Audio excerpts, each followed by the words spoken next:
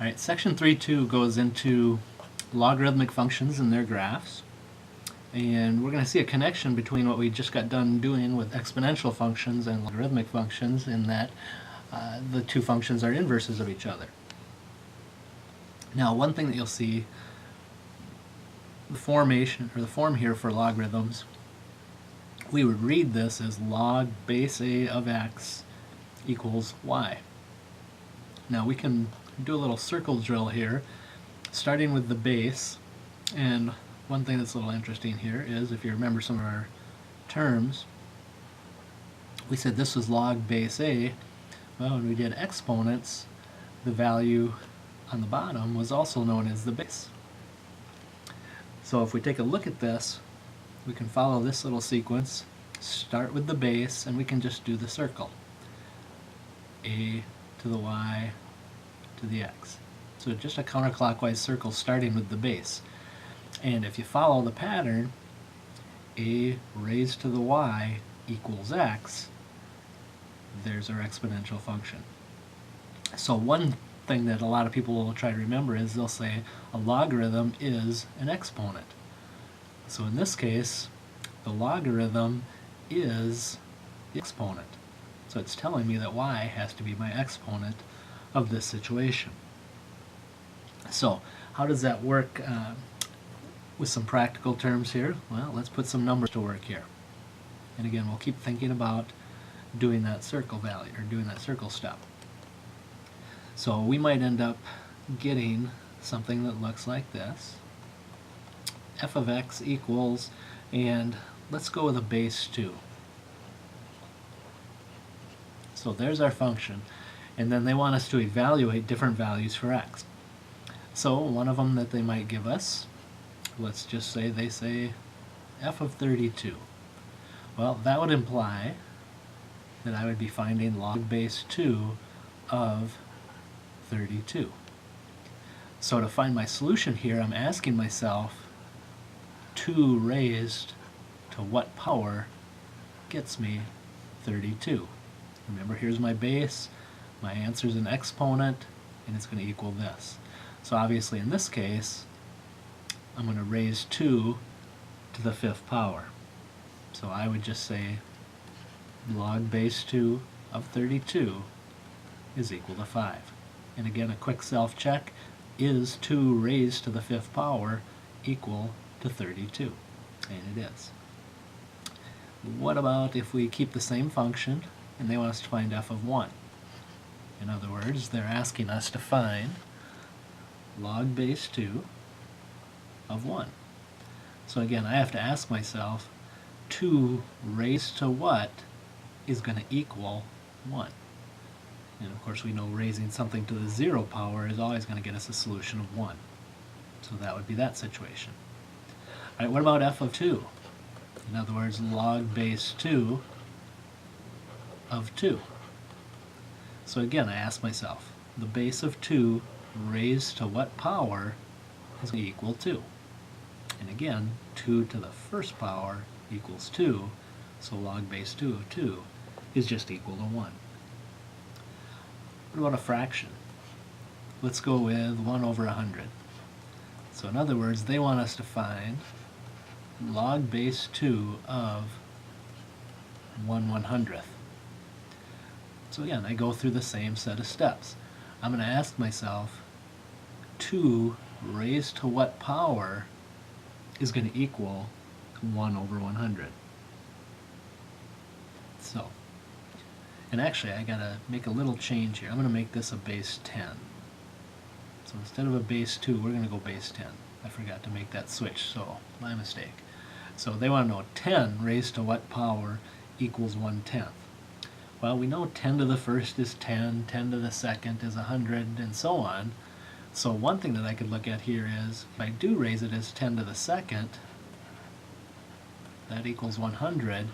Well, we also know that if I change this to a negative exponent, it's going to be equal to the reciprocal. So this would actually equal negative 2. So in other words, 10 raised to the negative 2 is the same as 1 over 10 squared, and 1 over 10 squared is 1 over 100.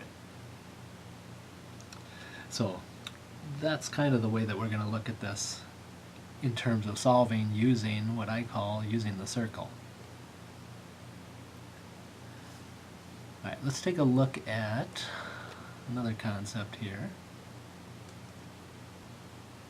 Yeah, if I can get my page to switch. There we go.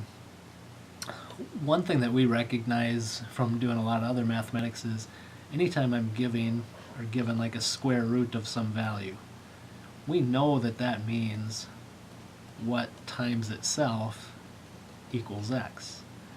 So we also know that that means it's the second root of x. But notice we don't put that value in, it's just assumed. Well, that happens with logarithms too. Whenever we run into a term with logarithms where you see something just like this, log of x, it's assumed that it's base 10. So log of x is actually equal to log base 10 of x. But again, since we run on a base 10 system of counting, it's a common enough term that we just don't write it. Just like our square root, we don't put the 2 up here for its index. So log of x is the same as log base 10 of x.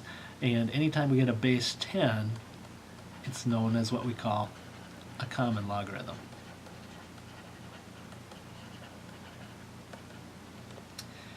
And for the most part, this is one of two types of logarithms that most calculators that we deal with can actually handle. A base 2 or base 3 or base 4, not so simple. So if you want to check and see the order that you would work on your calculator, if you just hit the log button and find log of 10, you should get a solution of 1. If you were to put in log and then in parentheses, and it's important that you do parentheses when you're dealing with fractions, because otherwise your calculator is going to tell you to do log of 1, find a solution, and then divide that solution by 3. We want the log of the entire fraction. So in this case, if you do 1/3, it should come out to be about negative 0.4771213, depending on how accurate your calculator is set up to show. So it should be something like that. Now you should also end up getting something like this. If I were to try and find the log of negative 2, depending on the calculator you're using, you might get a different message, but it should somehow show that there's an error message. And that'll be something that we'll talk about in just a second here. So try these on your calculator, see that you get the solutions that we got here. If you get those, then you know that the order that you're plugging things in your particular calculator should be working out fine.